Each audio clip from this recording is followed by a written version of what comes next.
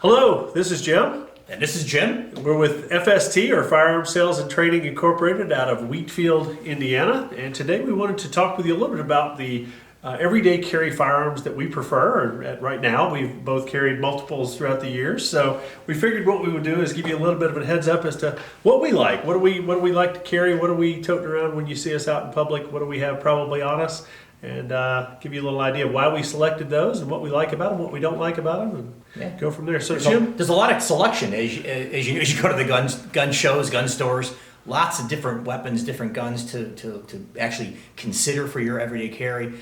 So it can be a little undaunting a little bit, but there are some advantages and disadvantages. But again, that's going to be a personal thing. But when you start looking at like law enforcement guys like Jim and shooters for years, they have a way that things that they like. They just certain things they just like to have in a gun. I've been shooting for probably about 15, 18 years, handguns. So I look at it a little bit differently. A non-law enforcement carry guy, and then certain things like if I'm working, if I'm going to be near on work, and I have to be careful where I go with that gun. I got to be very careful and choose the proper gun for that. And the holster, what holster, we'll talk a little bit about holsters today, what we tend to carry, how we carry them, and we'll go from there. So why don't we start with some sort of modern guns, more compared to what I'm carrying these days. What do you like? What are you carrying these days? Well, I used to carry the Glock 26, and then the 26 was a great gun, and I just wanted to experiment a little bit and do some things. And I kind of migrated to the CZ product lines. Something about the CZs. The one I carry now is the CZ P10S. It's a subcompact. And this particular one does have an extended magazine. Now these are all emptied guns, so I'm just going to go ahead and drop the mag on it and just show you we got nothing going on in there. All right. And one of the reasons I like the CZ, it's got a very low bore axis. So when my hand matches up, my grip, I got a very, very low center of gravity as far as where that felt recoil is going to be. So again, if you're a Glock shooter, you already know this. This is the kind of reason why a lot of Glock shooters love Glock. CZ was about as close as I could get to a Glock as far as that impulse, that feel when I'm shooting. And I want to be a hipster. Everyone knows you got to be a hipster. You're a CZ shooter, right? So part of that hipster at 60, almost 60, I want to be a hipster. That's right. But anyway, no, it's just a nice, good feeling gun. It's got the this little, what do they call this, Jim? This grip. Stippling on the grip, yeah. It makes it easy. The controls are easy for me to get to. I can get to that magazine release with my bony fingers here, not a problem.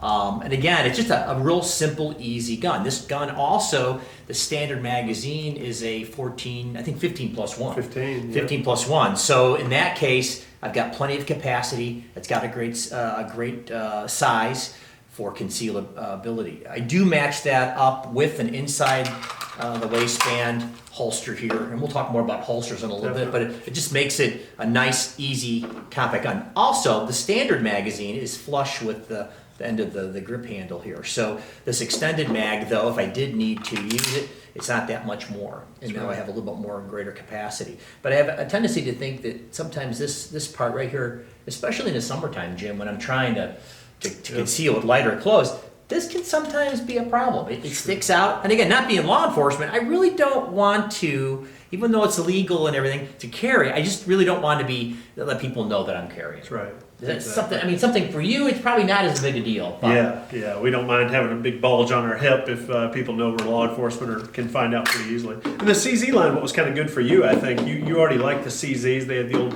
CZ 75 that was the traditional double action, single action hammered gun. The P10 series was their first striker fired gun. So coming from a Glock line into the CZ was a pretty easy transition for Jim to be able to go into something that fit more his taste, but also had the same familiarity of that striker fired system. Didn't have to figure out how to shoot it. He already had the Glocks down pat, went to the CZ. And the trigger, Jim, on the CZ, I remember the first time I tried the P10 and then the P10S. That trigger was so crisp and so nice, and the reset was perfect. Very similar to my Glock. In fact, even better at the time.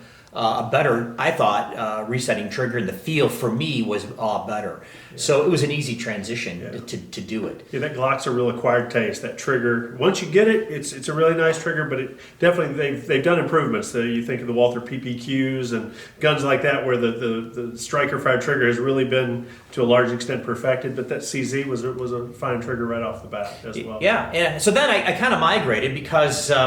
Again, size and summertime clothing. Even the P10S was getting a little bit big, as I mentioned. You got spoiled with this one. And I got spoiled with this. We were at the gun store, and I think we both bought 365s, SIG 365s the same day. They had a special going on, so it does spoil you. And the reason is you've got a very small gun, but you got a very decent capacity. They got 12 plus 1, so we're not too far off of where I was. And look at the size comparison on these two guns is incredible. Look at the size. Yeah. I mean, it's just a much baby size gun. Baby gun. Now there are some disadvantages to that, and of course, having a smaller gun, you've got to really hold on to that gun. You got to get a good grip. They do give you this like a sandpaper grip almost built into it, and it goes all the way into the extension of the magazine. So you do have a good way to hold on to that gun. Of course, grip is all important.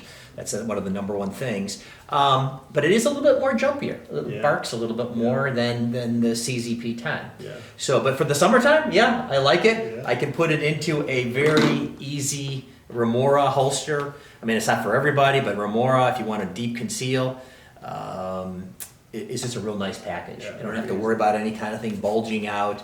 And I'm not a big guy either, so it does fit me just perfect. So I'm kind of spoiled, but I think I'll be probably migrating back to the CZ, definitely in the fall and the winter. But summertime coming, I think is the way to go. Definitely, and you carry a lot of appendix carry, and with that appendix carry, you really tell a difference in that little thin baby gun, and even a subcompact double stack tends to make you feel it a little bit more compared to what you wouldn't have thought it until after you got used to that one, and then you go back to the sort of Glock 26-esque gun, it changes how that bulk feels. Well, and a lot of people, they'll complain, the gun's too heavy, or it's too big, or it just it gouges into my side, Now, a lot of people need to look into the mirror and go, maybe I need a training program for your own body. That's right. But, it is true. As you age, I'm getting up there, you're not as spry, and things digging into your side just feel a little different than when you were younger. Yeah. So, but I think the thinness of the gun, too,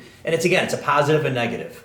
For me, I have some pretty good sized hands. It does have a tendency to want to move around. When I grab onto that gun and I grip it, it does seem like it's a little thin for me. Sure. And again, it might be me and how I'm handling it, but getting to that mag release was easy. Yeah. So, but again, the CZ, it's a little bit feels my hands a little better. Got some nice little textured areas here for my thumb and my finger to index on. They thought of a lot of things that American shooters were looking for in the CZ series. They put those little spots for your thumb to reference off of, and it made it a lot easier to get your same grip every time where you feel it. And there's a lot of guns now, new guns now, since these have been produced. I mean, we're already kind of like past history already. That's right. There's some new guns out that have taken a lot of these advantages and disadvantages. They've ironed them out and have come up with some guns that are pretty cool. What would be some of the guns you think of off the top of your head? Wow. I mean, there's so many, the SIG line where they've gone kind of the competition guns, the PPQ, the Q4s, and some of those guns where they've really gone the competition in, because what are you trying to do in competition? Shoot fast, shoot accurate, and that's really what you want out of your everyday carry guns as well, is you want a gun that you know is going to shoot fast, accurate, and is going to be comfortable in your hand. And if you can get all that, add some of those. And I think that ever since probably the early 90s, that's really become, you look back at when the FBI was working with Jerry Barnhart, was a competitive shooter back then. I guess he probably still is. Hey, Jerry. You took the gun that the FBI hostage rescue team, the Springfield Professional in 1911, and they went with that, but it was basically the pinnacle of sort of a 90s open, or not a 90s, what would they call that, production class competition gun that they all wanted because they saw how fast Jerry could shoot it, and they assumed, well, if I have the gun like his, I'm going to shoot just as fast. Sure, it doesn't quite work like that, but it is good to have an advantage of a well-made firearm that has some of the advantages. And so if you look at the Springfield professional models, those are kind of the pinnacle of early 90s competition, 1911 for the production class. What about the P365 XL? Have you had a chance to look at that? A little I bit have, larger. and that's where some people, like you were talking about, it's always a trade-off. Guns are always a trade-off. So the 365, as amazing of a gun as it is, and it is, if you're not aware, the first thing they developed was the magazine. If the magazine, you could make a magazine this small, and then they just built a gun around it, and that was really the innovation, was to be able to put 12 rounds, or I think originally it was 10, and without the extension, a 10-round flush fit magazine into a little baby gun. That was what made it so amazing. So the XL said, well, some people said it was a little bit small for them. It just didn't quite fit. They wanted a little bit more sight radius. So you do that, but again, you're losing some of what makes this sort of the special thing that it is, which is tiny and has 12 rounds. So I have shot the XL. Can I tell a huge difference? Not really. It does. I mean, with the extended magazines that we have on ours, with the 12 rounders, I get a full grip on it anyway. As far as top to bottom goes, it's still really narrow in the hand. Like you, I've got big mitts, so I don't really have any room for this other hand to go on there. But the bottom line is that, yeah, amazing system. I know that originally they were having some issues with the original 365s they didn't have with the XL, but when people started looking back at the, what they call that, primer drag with the firing pins, they found that a lot of guns actually did that. So it wasn't necessarily a new thing for a small gun to have a little bit of primer drag. They kind of worked that out. And I think for the optics too. I think the original 365 here is not set up for optics. That's right. And the XL gives them a little bit longer slide to adopt that. And then is it the Hellcat? Hellcat. From Springfield, Yep. So that's another gun in that same class. Absolutely. And there's probably a dozen more. Ruger's come out with one now. I know that's the little baby gun with a lot of rounds. And again, it's sort of the Walmart of carry guns. These type of guns where you get a little bit of everything. You get the small size. You get the capacity that all the single stacks didn't have.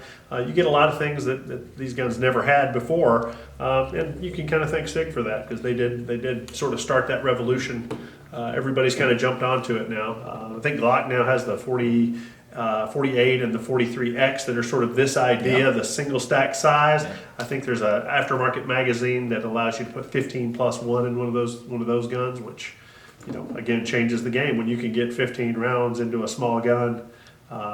Really amazing. So let me get your take then, Jim, on that, because 380 was real popular there because of the small gun, and the only way to get to that small was the 380. That's right. Now they've designed these guns with 9. What's your thoughts on 380? Since these 9s can be so small now, 9mm is so small, what do you think? Do you think the 380 is going to disappear? Is there a reason to even have 380 now that we have these small guns? Yeah, 380 obviously in Europe is big because in some of the countries they're not allowed to have military level rounds. They can't have 9mm because that's what the Army carries or whatever. So in America, the 380, unless you're really, really recoil sensitive, there's really no reason to grab a 380. It's more expensive, harder to find for the most part. 9 has kind of taken over the small gun market, largely because of these developments of little bitty guns.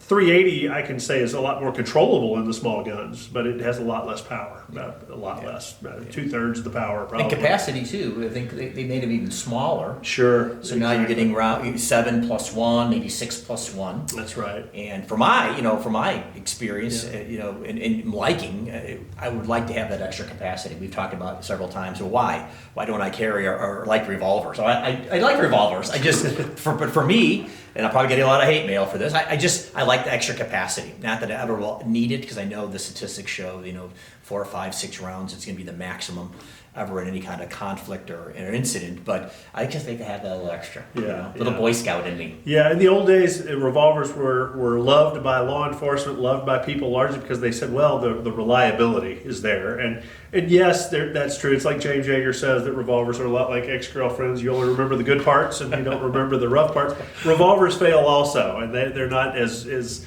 divine as people would make them out to be from a reliability standpoint. But they're certainly very reliable. But nowadays, most of these guns, probably from the mid-70s on, modern American handguns have been very reliable in the semi-auto market. So not a lot of reason to think if I go to a semi-auto, I'm going to lose reliability. Certainly technique can play into this. Glocks, these lighter guns, polymer-framed guns, they require a good solid foundation in how you grip and how you reinforce that gun, putting weight into the gun so that you don't get malfunctions. But as long as you're doing your part, these guns will run all day. Well, since we've been talking about the new stuff, or somewhat new, I see two guns here that aren't new. I'm totally opposite on this guy, on the scale. Yeah. So what do you got here, Jim? What are these your everyday carry guns? These are currently my everyday carry. Now, people that know me know that could change weekly. But I did sort of fall in love with the 228, the SIG Sauer P228. This is a gun from probably, it's hard to date. The frame was built in '05. The slide, who knows? Probably earlier slide. SIG in the late 2000s, they made what were called SIG 228Rs, or railed guns. And so what they did was they apparently had some 228 rails laying around, and they said, hey, we'd like to use these somehow. So they went and got 229 frames. So if you actually ran the serial number of this gun, it comes back to a 229. Wow. Interesting. But what I did, I found this in a local gun shop at our favorite Blythe's. I was laying in their gun shop, and I felt the trigger on it. And I'd had 228s before, and they had amazing triggers. This one had a SIG short reset trigger already put in it. Picked it up, felt the trigger, and thought, yeah, I need to buy this. Apparently, it was a former police officer's gun he had traded in for something. And his loss, unfortunately. I'm sorry for him, but got this out to the range, and it shoots really fast. Yeah, we did shoot it last week, and we shot both of them, and they were amazing. Both shot well. Now that's a stamped slide on there. That is a stamped slide. The newer 229s, the gun that replaced sort of the 228, has a solid stainless slide, but you can tell on the top there's a little sort of breech face, and locking block is sort of pinned into it. So it is a piece of stamped carbon steel that's folded over, and then you get the locking block pinned into it. It's a little lighter gun? Little lighter. The top end is lighter, so for recoil, you get a lot less felt recoil than some of those bigger, heavier top end guns. It's a double single, which we again have cleared all these guns, so there's nothing in the gun. But you have a hammer on this gun as opposed to the striker fired guns. Single action just means that when you pull the trigger, it's going to release that hammer. Double action is that you do both things. You pull the hammer back and release the hammer when you pull the trigger. So if you hear double action, single action gun, that's what this is. So after that first pull of the trigger and it does that, of course the slide's going to reciprocate, and then it's going to go back to single action. So my reset, I'll go from this side so you can see it is going to be really light and really short, and then a light take up of that trigger. Yeah, very light. Lightning fast, if I remember last week. Very good groups. Both guns perform flawlessly. Yeah, they shoot very accurately. Having been formerly in the Secret Service, I carried a 229, which is sort of the updated version of this. A little bit heavier up top, but I had Hogue rubber grips on those, so I put Hogue rubber grips on these. I'll get the other one out here. About a week after I bought this one, I liked it so well, I ended up finding online a 1989, which was the first year they were produced, version. This one does not have a rail. It was not a railed gun. This is a West German made gun. Same exact, nothing really all that different other than there's no rail on the base under here. And the trigger is actually serrated, which I don't like as well as I like the smooth trigger on the other one, but do like the thing that I really like about SIGs being a left-handed shooter, which is a little odd for some people to think that a lefty would like a gun that has no left-handed attributes, but I've really learned to use my trigger finger, and the way they do the serrations on these mag releases really makes it fast for me getting reloads done. Just an outstanding shooting gun, very accurate, very fast shooting. Again, it's a double action trigger, but the double actions on these are really smooth and really not so heavy. So the guns I was carrying right before this were the HK USP in 40. Amazingly good guns, but the one thing that was hard for me to get through was the heavy double action trigger. It was a very hard trigger to work through. So when I felt these, I was so jaded from the other ones. I thought, well, I'm going to get spoiled a little bit and use the double single for this. And even I was impressed with it because I'm a striker fire shooter predominantly. I did have a double single in the Rami, CZ Rami. That's right.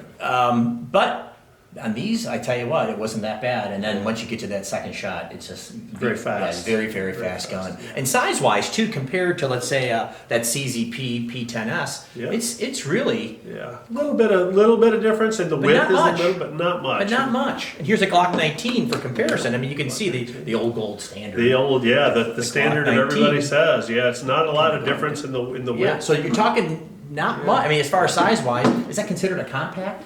This was, and what's odd is compared to the full size 226, it's only, I can't remember, it's about a half an inch or something, like the 6/10 of an inch maybe in difference. So it was really not a compact. It was SIG's way of making a compact gun, but it's balanced well. That's for me was big, is how it balances in the hand. It's a little thick and chunky up top, it of course is, but it shoots really smoothly. I've kind of learned to enjoy we were talking about this earlier, how with a striker fired gun with that low bore axis, you get that really quick punch, but you feel very in control of the gun. These guns will, when you first shoot them, if you're used to something like a Glock or a CZ or a SIG striker fired gun, this will feel a little bit springy. Yeah. It'll kind of ride in your hand and It does. use. But once you learn to time that, as opposed to the real punch of the Glock or the CZ or the other SIG, it's just something else to get used to, and I don't find it to be a huge disadvantage. A little bit more flip, but not as much hit into the hand, having a little bit higher bore axis. And of course, when we talk about that, we're talking about where our hand rests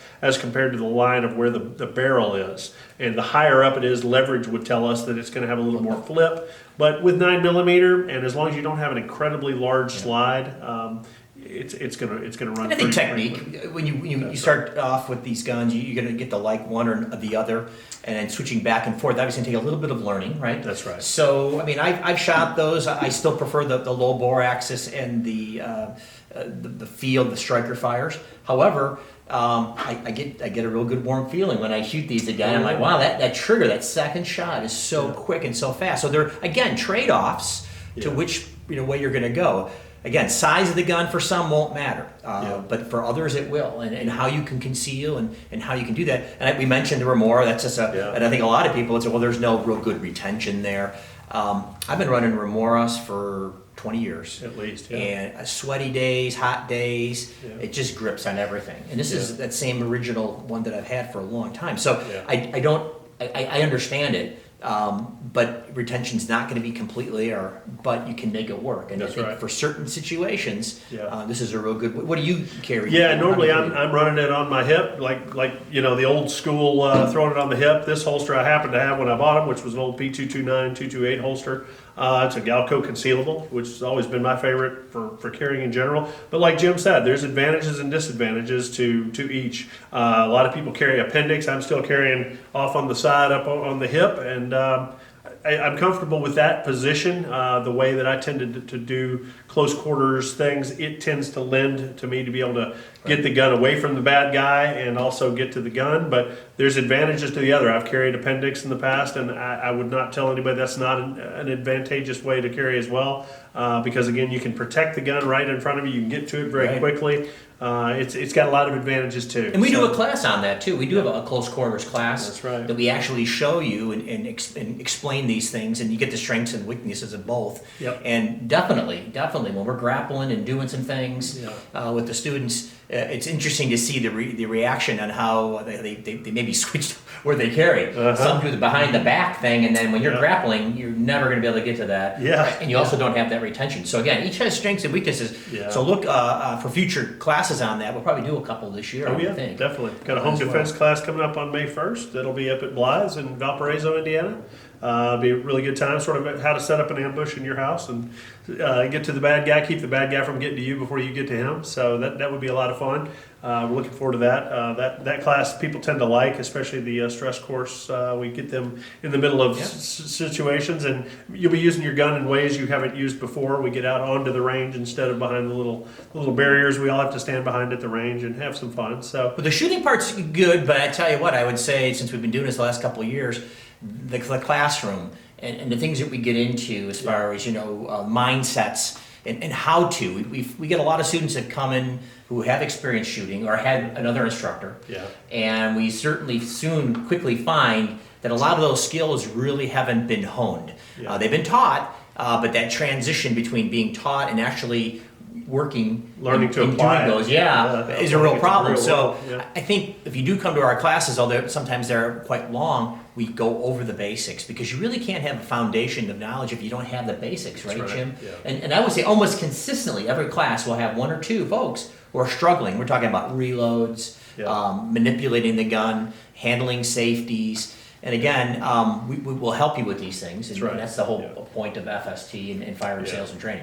Yeah, and basically our classes, when we know we're going to be going to some advanced things, we start out with some just basic marksmanship stuff, just to make sure everybody's on the same page, and we can kind of identify the people that may need some work on some different things. We may take them aside, or as we go through the more advanced stuff, we'll break it down a little further for them to make sure they're able to catch up to the group, at least for that day, and they know the things that'll build their skills. So if we're going to wrap this up, Jim, as far as this section, we basically started with the guns that we carry. What are some takeaways? What are a couple of things you want to leave folks with? Yeah, so number one is there's no exact right carry gun. Everybody's going to have a different preference. When you get to a certain level of shooting, where you're comfortable with the different styles of guns, and we've both owned many multiples of handguns.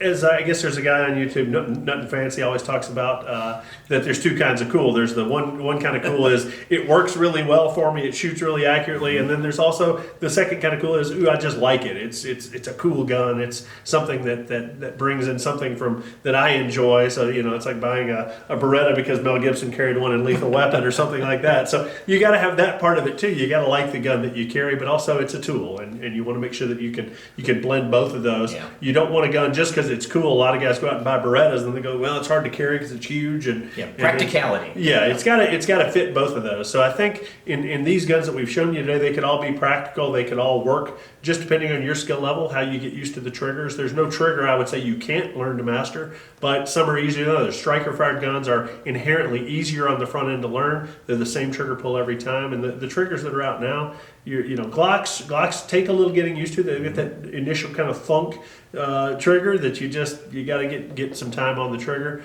But at the end of the day, you can get used to anything, and you can get good with anything. There's no reason that you shouldn't go out and enjoy shooting, learn a few things about different guns just by getting out there and shooting. Getting out there and doing some different shooting. If you have buddies, friends that shoot, you go out and shoot with their guns. Everybody get together and try them out, see what you like, and then maybe, hey, there's no reason you can, we don't have to be loyal to our own one thing. That's right. Everybody can try each other's out and say, you know what, as much as I might like the SIG, that Glock just shoots for me better. Or that little SIG I really like, but boy, the CZ really shot better for me, and I can figure a way out with the right holster, the right belt. I can get that to work. And that's how we start out actually on our we do family classes, or a few students will start at home. We'll actually go to their home, and we actually will show guns and we'll show manipulation, safety, and all that. But when we go to the range session, we have all these different guns, and it's actually probably better to actually take that course, learn about shooting and firearms, even if you are an advanced person, because a lot of people in the families might not have that same experience. So what we found is it's really, really important, and a lot of our people who have taken our classes have told us, hey, that was a real valuable section. Yeah. When we get to the range, we have all these different types of weapons to try, and others, many more. That's right. And that's where you want to test them and try them, and then maybe purchase a handgun once you've got the ability to understand what's going on, strengths and weaknesses, and then actually firing them, using them with instruction. I think it's a very, very big thing. That's again, carry what's comfortable to you, not maybe what your husband or friend or buddy go. I mean, Jim's completely different than I am in a lot of things as far as weapons go, but they're both right, and how we shoot, it proves that we do quite well shooting at the range. But I think the key thing is being comfortable with it and understanding, and then going from there. Yeah, we look forward to hearing your comments down below, and subscribe to the channel. We'll get some more videos out. We've only got this is number 2, so we're going to put a whole bunch out. We'll give you a little bit of, maybe in the future videos, we'll go over some other weapon systems that we've played with and like to play with, and other ways of doing things. But we're part of that gun culture that everybody is talking about. Everybody's been talking about for years now, and we'll try to educate you as best we can. If you have questions, feel free to reach out to us down below, and we'll look forward to either seeing you in class or seeing you in the next video. Yeah, and then don't forget we're on Facebook as well. So it'll be, I think it's Firearm Sales and Training Incorporated. So, and then our website is FSTgunsales.com. So look us there. And again, thanks for your time. Yep, thank you.